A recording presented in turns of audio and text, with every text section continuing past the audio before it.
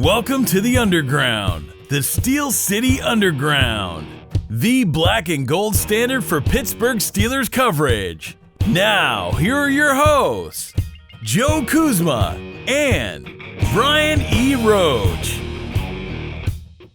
Hello, everyone, and welcome to another edition of the Steel City Underground podcast. My name is Joe Kuzma, and today, joined by my brother from another mother, the host who doesn't like and or eat toast, A1, Mr. Brian E. Roach. I realize I call you Mr. It's just kind of like the Mr. Wilson thing I was talking about from Dennis the Menace. I respect my elders. How you doing, Brian? I'm fine in my elder decrepit state. I'm still decrepit, man. I know I've been mentioning the foot, still doing the physical therapy. It's really humbling. I mean, I'm 38 now, so it's just I'm like, what has happened to me? So, anyways, I think we're going to be asking that a little more here in a second because. Well, we got a lot of play out of. I think Le'Veon Bell gave us maybe 2 years worth of material over on the on this podcast and over on the Steel City Underground website, and Mr. Big Checks Antonio Brown is the gift that keeps on giving, and thanks to him and this little apology plus some other stupidity that's floating around the internet, whether it be reported on some blog or whatever about Le'Veon Bell coming back. I think we have to address all of this. I mean, we really hammered the Ben thing right as that. What's the show on Fox now? I can't remember what it was. Chris Canty and the First Take First or whatever it is. I believe it's called "I'm an Idiot." I mean, he had some of the same points that we had, except for the fact that he mentioned something about we should just start throwing out there that a source within the organization, and then just never have to name them, of course. So, this is one of those episodes where we're gonna have to. I don't know if we need to tread lightly. I think we already know the answers, and we could just be like, "Okay, so long, everybody, until next time." But with it, we already talked about Ben, and he was one of the killer bees. Now, I'm not going to start entertaining like everyone else that could have been a killer bee. For the most part, we're talking about the triangle here, the three guys, the trio of Ben Roethlisberger, Antonio Brown, and Le'Veon Bell. And this all comes to a head because of Antonio Brown's apology on Instagram. You never know what a guy's going to do from day to day. Just flip a coin. So, never know. Yeah, tomorrow I said, I put a little meme up there with SpongeBob sitting in the Krusty Krab restaurant by himself.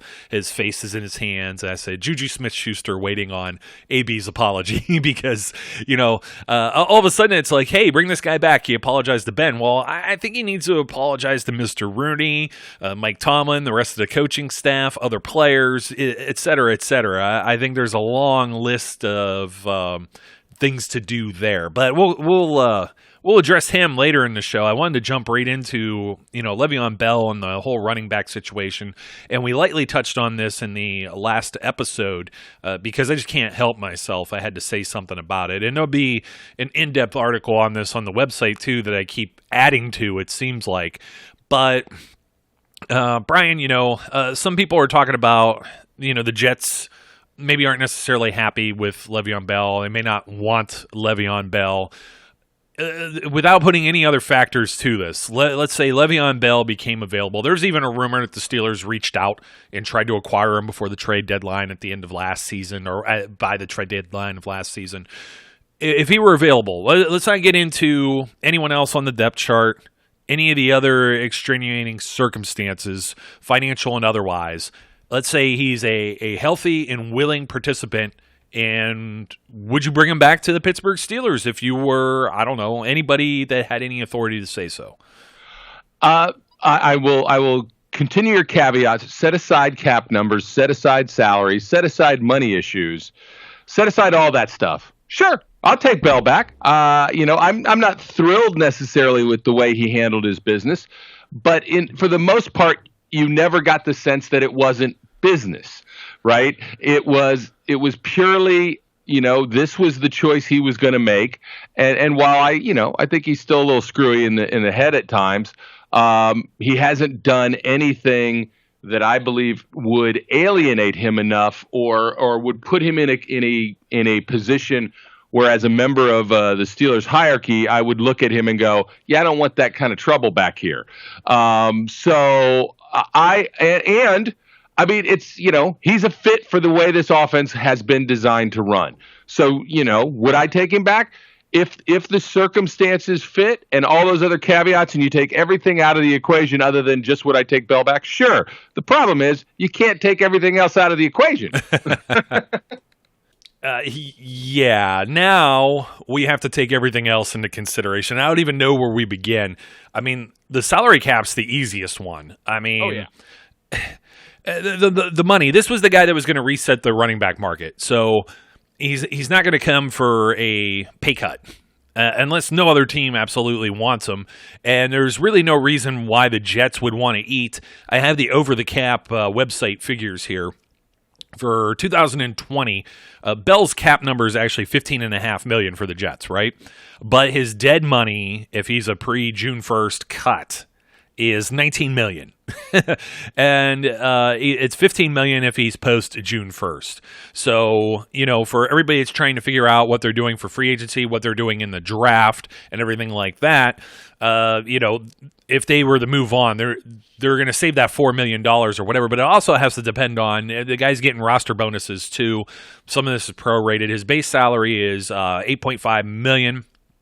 $13 million is guaranteed this season, so presumably $5 million of that, if something were to be done, would be eaten by the Jets, right? At least that much to the whatever team ends up acquiring this contract. The problem is the Steelers, even if it were $8.5 million, let alone $13 million, they know got's this money. Their cupboards are bare. They're sitting on $1.5 million in cap space. They're also sitting on 5 draft picks and presumably a 6th that's going to be a compensatory pick for losing Bell in the first place as a priority free agent. Part of that formula, right? There's nothing to trade unless it's a player, unless it's maybe a late round pick. We saw that with Vance McDonald. We've seen these salary dumps. Brock Osweiler, basically the Browns bought bought his contract and a draft pick, a valuable draft pick, just to absorb all of that and say, okay, Houston, we'll pay this bill off for you, and we just need this in exchange, kind of like a loan shark.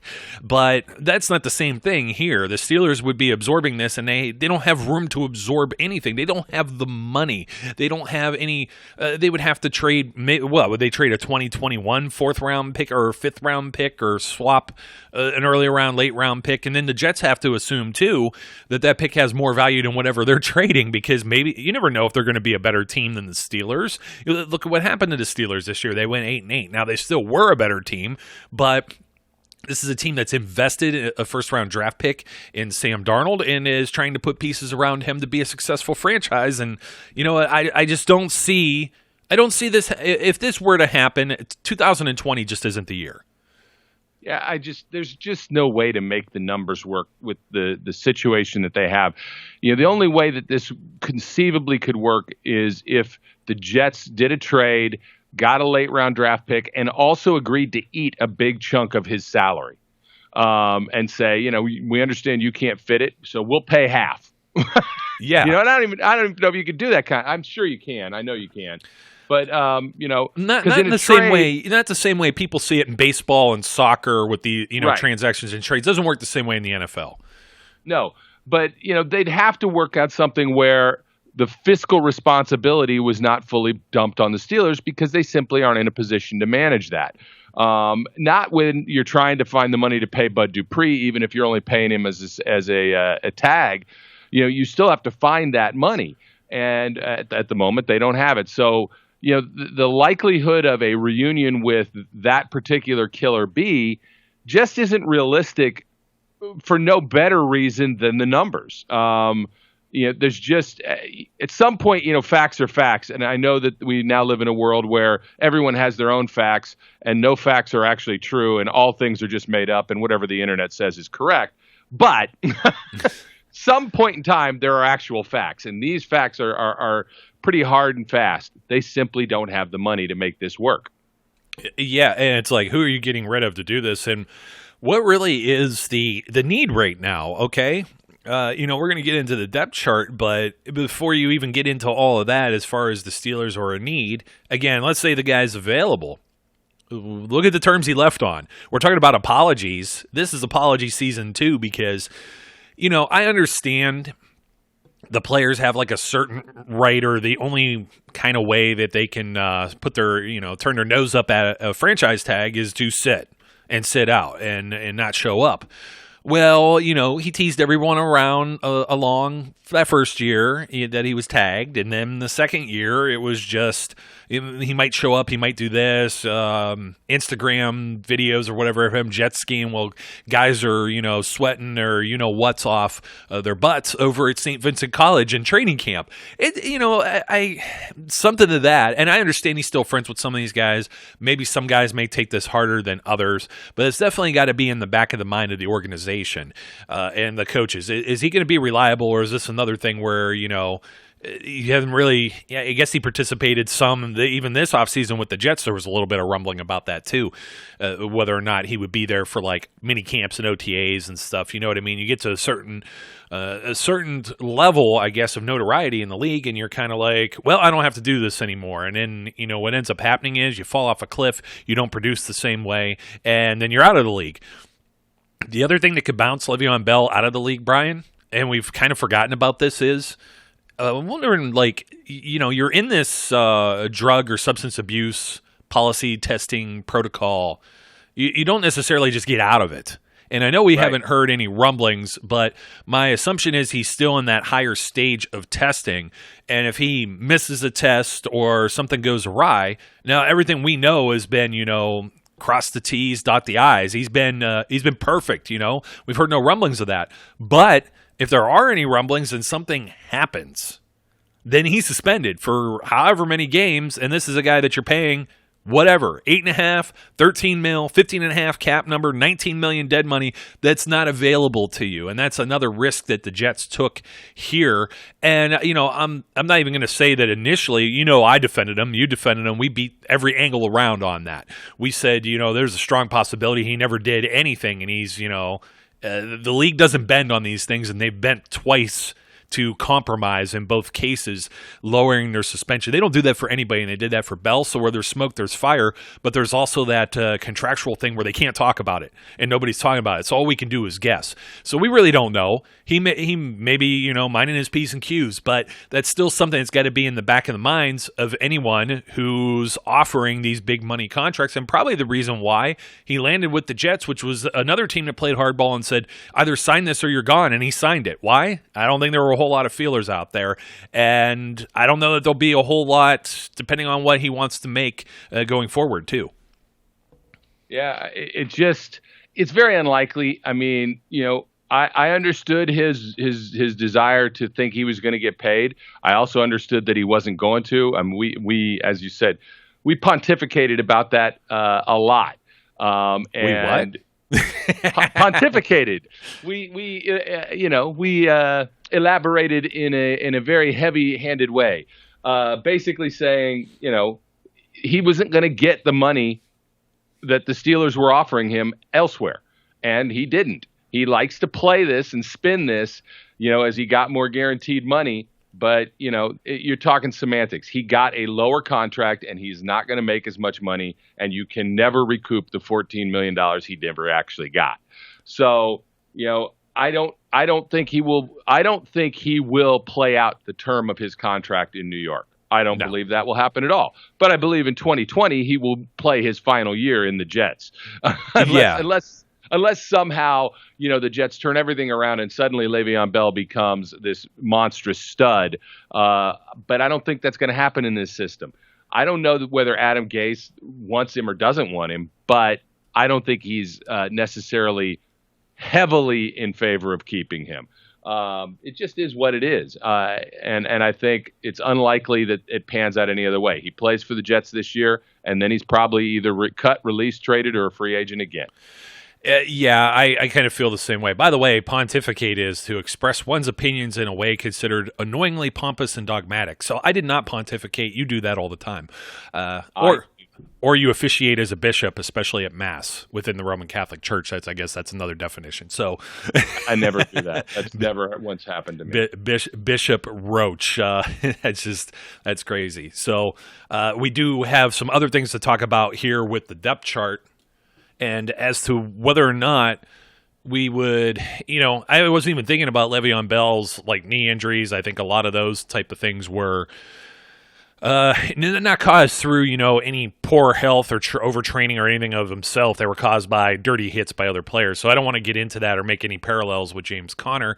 But another thing we have to bring up, Brian, and this is especially so for 2020, is the actual need for another running back on the Steelers roster.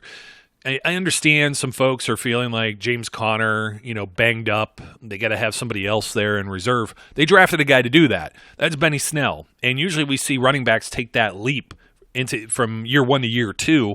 And a guy that had this much success, a top 5 all-time SEC rusher, you're just not going to discount him and take away snaps so you could bring back Le'Veon Bell at a higher price, et cetera, et cetera. And I don't know necessarily you're going to pull Conner off the field.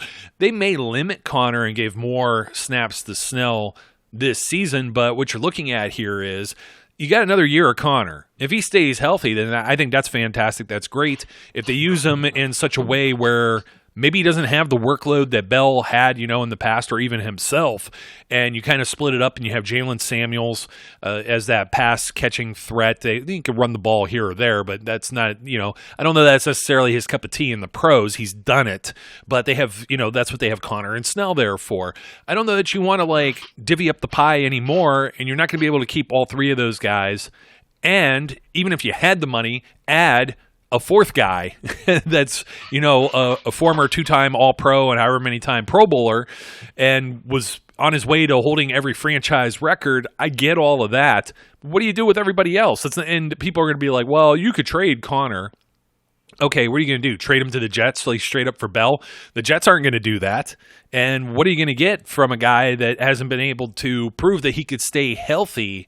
And, he sat his whole entire first year, so he has a limited body of work over 2 years, of which he missed, some significant time in each of those seasons. It's a very tough pill to swallow. I mean, I understand the whole maybe you don't offer a contract yet for James Conner this offseason. Unless you extend him cheap for a couple years out. But they're probably not looking to do something like that maybe until after this season, kind of almost a prove-it type deal, and then go from there. And that's why it makes more sense to pump the brakes on this whole entire Le'Veon Bell talk. Yeah, look, I've been pretty outspoken in stating that I really like James Conner. I like what he can do when he's healthy, but that availability is the best, as whatever the heck that thing is. The best ability is the best ability. Yes. But, and it just has not been there. So I don't, unless things seem to change dramatically in this season, I wouldn't expect that after this rookie deal, the Steelers make any kind of serious offer to James Conner to stay around, despite the great story, despite all the feel-good aspects of it. You still got to be able to contribute, and his contributions have not been consistent and beneficial overall to the team when he's missing as much time as he's missing. I thought Jalen Samuels took steps back last year. As opposed to steps forward. And that's not necessarily a good sign. I don't know, I don't know about Benny Snell. So, this argument, I can get around this argument in my head. While I agree with you, there's not really room for Bell, and I will get confused if I have a Bell and a Snell in the same locker room. I will screw that up 100,000 times. So, I still would say, okay, do I think Bell is an upgrade potentially on everybody they currently have in that room? Yeah, I probably do. Yeah. But that means you got to part ways with probably at least one of those guys. More than likely it ends up being Jalen Samuels, because you're not going to dump James Conner right now. And that moves Benny Snell back, and you're taking snaps away. Again, this is a lot of semantical argumentation, because there's just no way they even get to that point. The money simply isn't there. I can get, like I said, I could get past the room is too full and what are you going to do argument, but I don't even think you can get to that argument because of the money. Well, yeah, of course, it's the money, and I mean that makes it that's the bitter pill to swallow. So everybody that wants to, cut Vance McDonald, and don't forget Mark Barron's wearing 26. I know in the preseason some guys share numbers, but maybe he doesn't want to give up that number if he's still on the roster. But you want to cut guys like him and Vance McDonald and who else? Ramon Foster and Anthony Chickalo and several others, and re-sign Bud Dupree and re-sign Javon Hargrave. And then there's the one guy that's like, you need to replace Artie Burns with Chris Harris from the Broncos or Jimmy Ward from the Niners. I see some just insane things sometimes online. It's like Artie Burns barely.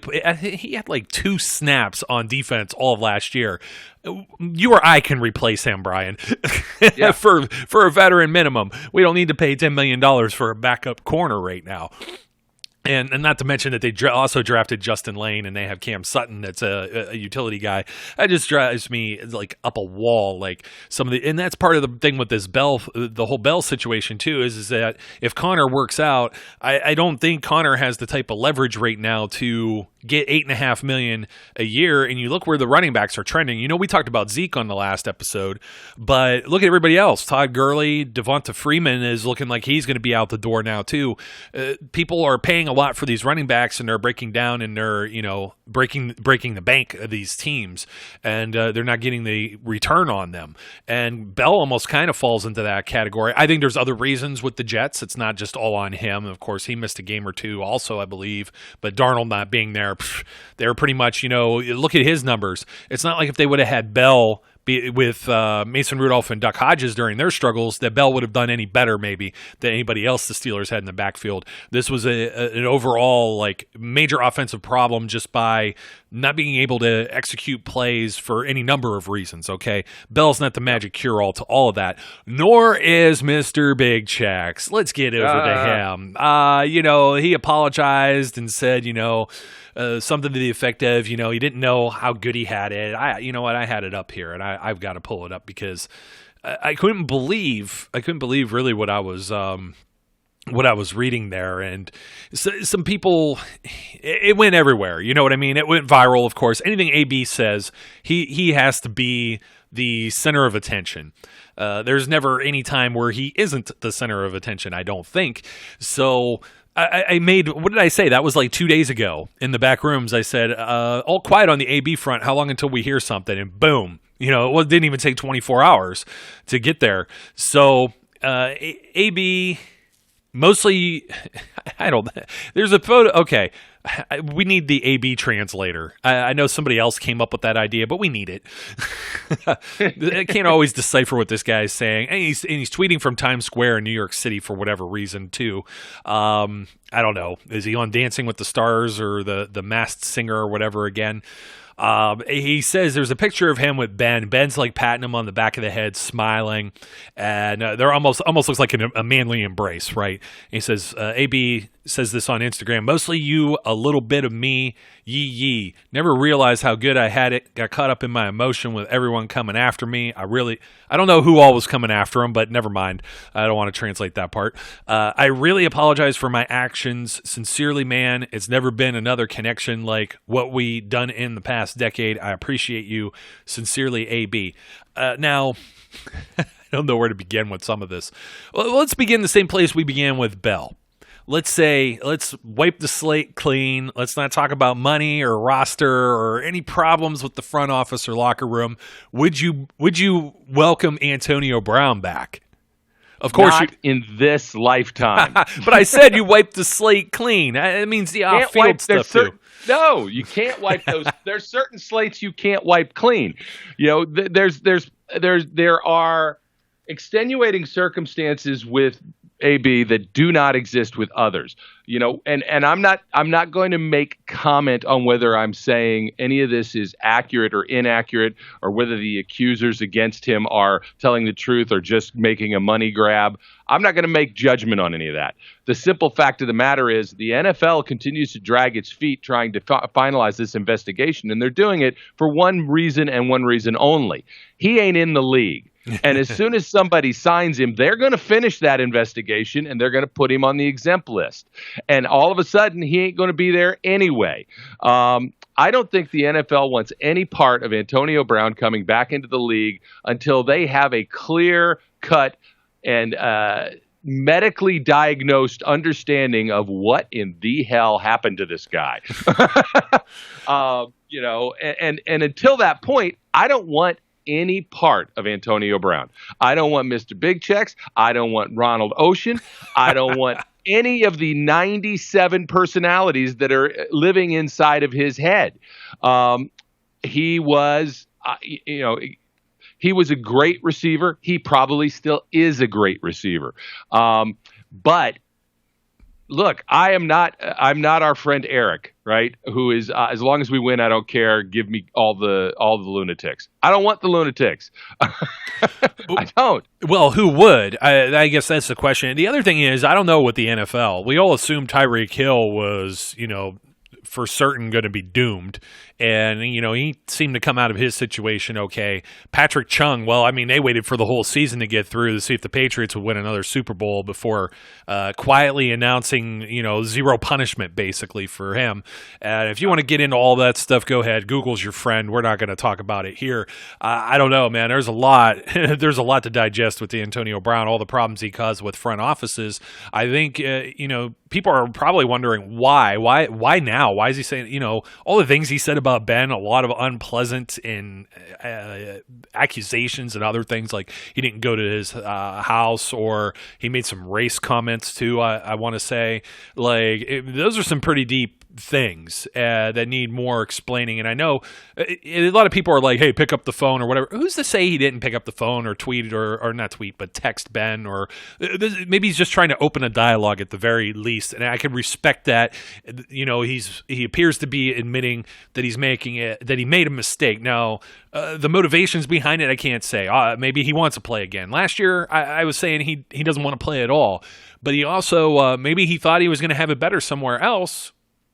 And I tweeted something out about this, all of this crazy stuff came out after. And some people are like, well, Coach Tomlin he was just a babysitter and he let it go for so long and it manifested into this. And I'm just like, you know what? That's just baloney. The guy was jumping like Spider-Man on the poles and doing flips into the end zone and doing dances. He got fined for shaking his booty that one season before the league relaxed on some of the stuff. He threw a Gatorade jug on the sideline. There was a Facebook Live video. And still, he came to work. Something flipped the switch there. We don't know what exactly. We may never find out exactly what. At the end of the 2018 season, all of a sudden he's demanding a trade. He's wanting more money. He's unhappy about one or several things, that may be personal to him, and has whatever other stressors going on in his life. Maybe those things are cleaned up. Who knows? There's going to be a lot of conditional things here.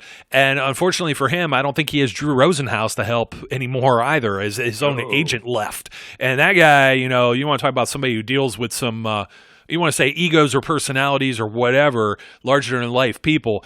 That's Drew Rosenhaus in a nutshell. And you would think they were peas in a pod, and he went to Steppen. They started playing Boys to Men, and he left. He left the room. So, it's so tough for me. I told you I was being selfish. I have like 4 or 5 Antonio Brown jerseys sitting, in the back of the closet. It'd be nice to wear those again without feeling shameful, without feeling dirty for a selfish reason.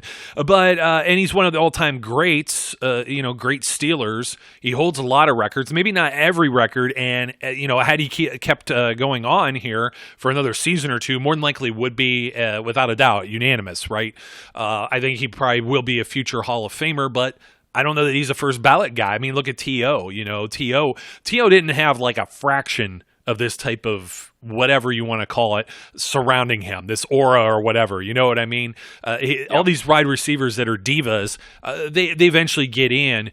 My point is that within the Steelers organization itself, you could point to guys like Hines Ward or John Stallworth or Lynn Swann that also had very great careers and didn't have all of these other extenuating circumstances that take away from that. You know what I mean? The spotlight doesn't totally shine on what you did on the field. You got all this other stuff, you know what I mean? But, you know, and of all this other stuff, you know, we were talking about it with Bell and the way he sat out and everything. This guy demanded a trade. Then he put the kibosh on the trade with Buffalo and said, no, I'm not going to go there, holds the Steelers organization hostage, goes to the Raiders, goofs around, shows up in a hot air balloon. Okay, you know, that's the Antonio Brown that we remember. You got to make a big show of things. Mr. Entertainment, whatever you want to call him. And then all of a sudden it's like he fries his feet in a cryo thing. He doesn't practice. He doesn't play in the preseason. He gets into fights with his coaches and general manager Mike Mayock, and they're just like, sayonara. Goodbye. The Patriots, these are the guys that pick up anybody and everybody, and they reform them, and they make them into, you know, better football players, and it's the Patriot way. And that lasted like a week. And, you know, some people are saying, well, all this other stuff came out with those, you know, accusations with Antonio Brown. Of course, that factored into it. But I'm willing to bet, like, there's some backroom talk there that this guy is, you know, crap crazy, and I don't know that we necessarily, hey, you know what, hey, why don't tone this down, Antonio? Okay. Then he goes out there and jumps into the stands when he scores against Miami in the only game he plays for him. And, you know, I don't know. I mean, the Patriots have put up with stuff, you know, accusations and things to their own players. It's happened. It just happened with Patrick Chung, as we said. Pretty serious when you're dealing with a federal investigation, I may add. But I think, I don't know if drugs or, you know, sexual assault, or whatever AB is being accused of, if you put those on different scales of balance, and one's just more to get you kicked off the team. So, you know, I'm spitballing at a whole bunch of different things and not really sticking to one, because I don't know any better than anyone else. I'll admit that. But these are all the things. I'm talking about it. You're talking about it, Brian. Everybody that's listening to this episode today, thank you very much. Don't forget to like, comment, and subscribe. You're thinking the same things. Well, guess what? There are front offices and coaching staffs thinking all the same things too. And Antonio Brown, he did kind of the world tour. You think about all the coaches and the teams that could be possibly competitive or have like a rich history in the NFL. And he just went from the Steelers to the Raiders to the Patriots, try out with the New Orleans Saints. So you're talking about John Gruden, you're talking about Bill Belichick, you're talking about Sean Payton. Maybe he just realized, you know, all the other teams either aren't picking up the phone, or he's not going to want to play for like the Cleveland Browns, Miami Dolphins, Arizona Cardinals, you know, the dregs of the league. So I think that's where his apology comes from. I don't know that it's enough. I think it will take a lot, and we haven't even gotten to the financial situation or the spots on the roster where, you know, there's probably a spot that could be bumped off, but what's he going to do? Is he going to come out wanting like a 3-year, $50 million contract like he demanded from the Raiders? It's not going to work. And he's going to turn 32 in July. 31's the drop-off point. Once these guys turn 32, that's it. Sayonara. Your career's pretty much, unless you're Jerry Rice and maybe Randy Moss and a couple other guys. I think Antonio Brown has had the work ethic of that. I don't know if he still does, but, you know, there's the age factor too. Father time comes a knocking, and your NFL career is, you know, it's in the rearview mirror basically, because he's 32 in July, I believe. Yeah. Look, here's the thing. If he is sincere, right? If this is a sincere apology, if he has figured out that he is a part of his own problem, the biggest part of it, then he also will have to have come to the realization that in order for him to get back in the league at any point in time, the deal he's going to get is minimal. Yeah. So, you know, and if he decides, you know, you can question this a lot. I know I do, and I'm pretty sure you do.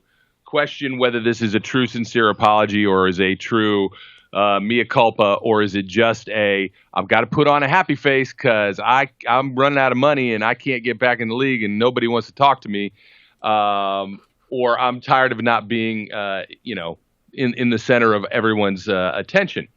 Whatever the reasons are, though, the only way he gets back in the league at all is if all of his troubles actually get resolved. And he's got legitimate, you can't argue troubles in South Florida with the battery charges and the burglary charges. Yeah. That's not going away.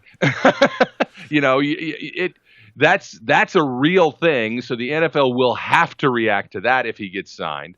And it just, look, there is no denying the level of talent that Antonio Brown had. And, years ago, on the site, I wrote a 2-piece article about, who made who. Did Ben make Antonio or did Antonio make Ben? And the beginning of his thing is a little bit of me and, is a part of you, which it is. There's no question about that. AB made some catches, but Ben also makes throws that, through AB's career that nobody else makes. So, it's not AB made Ben or Ben made AB. They made each other. It was a great connection. He's absolutely right about that. I don't know that that's still there. You just don't know.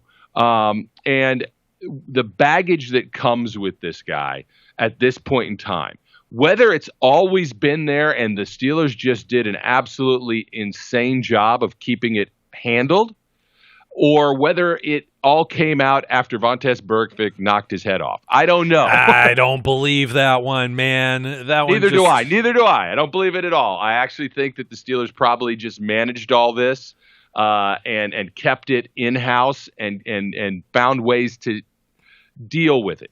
And for people who say, well, that's enabling and that's the problem, that is what every damn team in the league does. They enable their players because the good players, some of them act out. And so they do what you need to do to try and keep him there until it comes a point where you can't do it anymore. And that's what happened with AB. Well, what's your recourse there? These are guys that have they're guaranteed. Somebody of his level is guaranteed millions of dollars. We just talked about the Jets probably not wanting to move on or cut, Le'Veon Bell because they can't afford to just do that. This isn't college football where you could just put somebody on the bench. It doesn't work the same way. So in a lot of ways, yes, the coaches have to be, the organization has to be a babysitter. And that's why, you see so many of these maybe larger than life personalities and, they pop off the page or whatever. But at the same time, you just can't be like, here's an extremely great all-time generational talent that we're paying a lot of money. We just can't cut them, release them, or throw them by the wayside, and then also damage our team in the process. It doesn't work that way. No, it absolutely doesn't. I don't know honestly if Antonio Brown will ever suit up in the NFL again. And I actually probably lean more towards he probably won't than he probably will. I think the unbelievably bizarre story that has wound out over the last year plus is so far beyond the pale of anything we've seen in any other, history of the league. I just can't fathom it. If you can't work with Mike Mayock, there's very few people you can work with. Or John Gruden. You talk about the ultimate players coach. John Gruden was still slurping his butt at the end. You're so misunderstood. Oh, you're the king. But that's what a coach has to do. That goes to show you they do their best to cajole these guys to essentially keep them pacified so that they can do what they're really good at, which is playing football. And I just, the idea, I know, there's even me who has flatly said, I want no part of this at all. There's that warm part in your heart that remembers the immaculate extension, that remembers the helmet catches, that remembers the good times with Antonio Brown. And you're thinking, oh, well, yeah, wouldn't that be nice? Oh, we could have that again. No, you can't. I don't know. Yeah, I don't know. And what does it take to keep this all under wraps again? You already know everything that that's happened in the past year. It's not like, you could have a Facebook Live video or any little thing, 130 miles drive down McKnight Road or whatever, and just get away with that and it not manifesting itself, magnifying by 1,000 times worse than what it is than even before. You know what I mean? And this was part of the Daryl Drake thing too, was what? Shut out the noise. That was the whole campaign last year with this team. Shut out the noise because of the Bell stuff, because of the AB stuff. I don't know how you invite that back in. I think the Bell stuff, the wounds heal over time. I think the Antonio Brown stuff, he just has to stop with this. He tweeted at Tom Brady, or not tweeted, but he tagged him on Instagram this wasn't even like maybe 2 weeks ago. I was looking through his feed here. He just put out a rap album. The guy's all over the place. He had a picture with like him and it looks like him, Jalen Connor, and Juju Smith-Schuster from a week ago about inspiring the culture. It's all love. And I just recall like a week or two ago how he was just talking trash on Juju Smith-Schuster again, like out of the blue. He's all over the map. I don't know that you could trust him in that way. And it's just... I don't even know. He has a photo here with him with the Raiders stuff too from back in January. I forgot about. He's in a Raiders uniform, AB 2020, whatever the heck that's supposed to mean. Is he running for office now too? So, I know we don't get into politics, but you have to admit. If it isn't already a circus, anyway, and there's people that would vote for him. That's the sad thing. Anyways, yeah, there's a lot of warm and fuzzies, but I think, what you mentioned too, Brian, I think the off-field stuff's going to come back around to bite him in the rear, and then Father Time's going to catch up, and he's going to have a hard time finding the deal. A guy like him, I don't think, takes a one-year deal for $900,000 or whatever. Even the Patriots, people are talking about how the Steelers get in cap trouble, blah, blah, blah, blah, blah. Well, Patriots are still eating, I think, let me see. They gave him a $10 million contract last season, and they're still eating, I believe, half of that, like $4.5 million. Yeah, $4.75 million for 2020 for one game. So this is the stuff that happens. Of course, they have a lot more cap space, but they haven't signed the TB12 guy yet, so we'll see where that all goes too. Yeah. They have 45 in cap space. How much of that do you think Brady would eat up for a year? Most of it. Yeah, I'm thinking like 34, 35. I don't know that he's going team friendly anymore either when it comes to some deals. He's going to want paid in order to wake up every morning with aches and pains at, age 62 or whatever he is now. So, and still getting it done. It's just ridiculous. So, he's an exception to the rule. Maybe Antonio Brown could be an exception to the rule too and still play, but I'm not even going to say. I can't say that because Jerry Rice still played at a high level with the Raiders. And he still did some stuff like toward the tail end with the Seahawks. It's one of those things where you get phased out. I don't know. Hines went to about age 34, but Hines was starting to get kind of phased out of the offense too. So, and we don't have all the, there's a good example of a guy with a level head too, as far as we know. He used to knock people out and he used to smile about it, but he was on Dancing with the Stars and didn't like no-show games or anything like that either. So, there's a difference there when it comes to somebody like Hines Ward, but there's still people that would bring him back, Brian, and think he could still play at a high level. So you just can't assume all of these things.